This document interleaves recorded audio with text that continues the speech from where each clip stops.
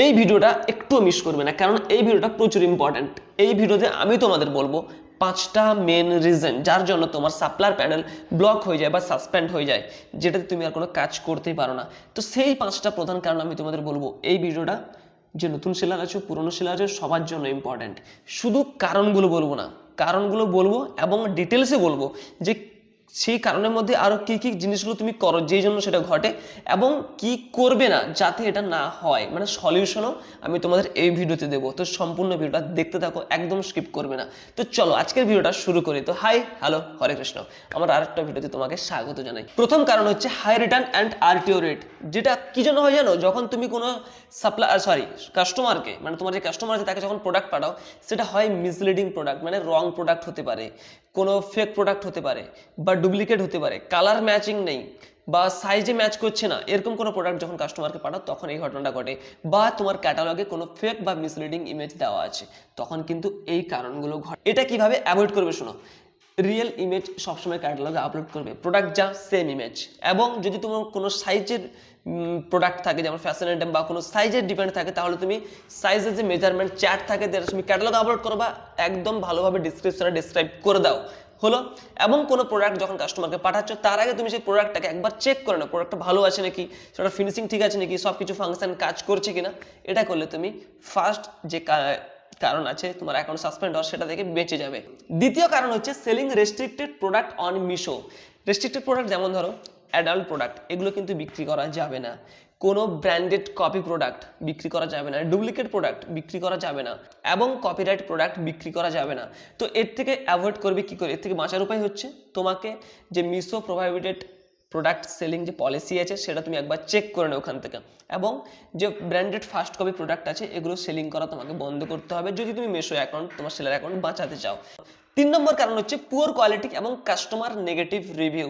যেটা হচ্ছে যখন তুমি কোনো ডার্টি প্রোডাক্ট কাস্টমারকে পাঠাও বা ইউজ করা প্রোডাক্ট কাস্টমারকে পাঠাও, তো কাস্টমার কি করে, তোমার যে রেটিং করে, তোমাকে নেগেটিভ রেটিং এবং নেগেটিভ রিভিউ দেয়। তো সেই কারণে হতে পারে তোমার অ্যাকাউন্টের অনেক ইম্প্যাক্ট পড়ে গেছে, তোমার 1 স্টার 2 স্টার প্রোডাক্ট কন্টিনিউয়াসলি তোমার প্রোডাক্টে রেটিং আসছে, তো সেই কারণে তোমার প্রোডাক্ট কিন্তু ব্যান হতে পারে, মানে সাসপেন্ড হতে পারে। এটা থেকে বাঁচার জন্য সেম আগের মতোই কারণ আছে। তোমাকে প্রোডাক্ট পাঠানোর আগে তোমাকে চেক করে নিতে হবে প্রোডাক্ট ঠিকঠাক আছে কিনা, এবং যখন তুমি কোনো সাপ্লায়ার থেকে মাল নিচ্ছ, একটা ট্রাস্টেড সাপ্লায়ার থেকে মাল নেবে। আরেকটা অ্যাভয়েড করার কারণ হচ্ছে যে তুমি প্রপার প্যাকেজিং করবে। কাস্টমারকে যখন প্রোডাক্ট পাঠাচ্ছ, তোমার যেরকম প্রোডাক্ট হবে সেরকম প্রপার প্যাকেজিং দরকার, দিলে কিন্তু তুমি এই কারণ থেকে বেঁচে যাবে। তো 4 নম্বর কারণ হচ্ছে fake order activity, order manipulation.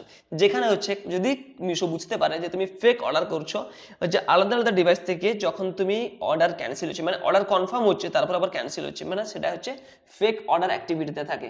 যেমন অনেক সময় কি হয়, রেটিং বাড়ানোর জন্য, এটা একটা টিপস যেগুলো অনেকে করে, তো সেম জায়গা থেকে বারবার তোমার প্রোডাক্ট অর্ডার করা হচ্ছে এবং অর্ডার করার পরে সেটাকে ক্যান্সেল করা হচ্ছে।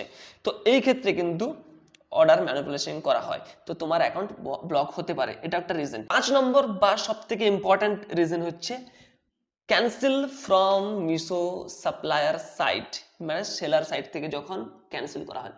তুমি এখন সাপ্লায়ার বা সেলার আছো, তোমার কাছে অর্ডার আসছে, তুমি সেটাকে ক্যান্সেল করছো। আমাদের যখন কোনো অর্ডার আসে, আমাদের কাছে দুটো অপশন থাকে, আমি হয় সেটা অ্যাকসেপ্ট করবো, না হলে ক্যান্সেল করবো। যদি মাল্টিপল টাইম তুমি সেই প্রোডাক্টটাকে ক্যান্সেল করছো, তাহলে 110% প্রথমে টেম্পোরারি ব্লক হবে, তারপরে তোমার অ্যাকাউন্ট পার্মানেন্ট ব্লক হবে। তো এটা কোনো সময় করতে যাবে না। অনেক সেলার আছে, নতুন সেলার আছে যারা জানে না, তারা হচ্ছে আউট অফ স্টক হয়ে গেছে, তার কাছে প্রোডাক্ট নেই, সে ভাবছে অর্ডার চলে এসেছে, আমি একটা কাজ করি ক্যান্সেল করে দিই। ক্যান্সেল না করে তুমি তোমার প্রোডাক্টকে আউট অফ স্টক করিয়ে দাও, বা আগে থেকে তোমার প্রোডাক্ট ম্যানেজ করে রাখো ইনভেন্টরিতে, এটা করতে পারো। তুমি কোনো সময় ক্যান্সেল করতে যাবে না।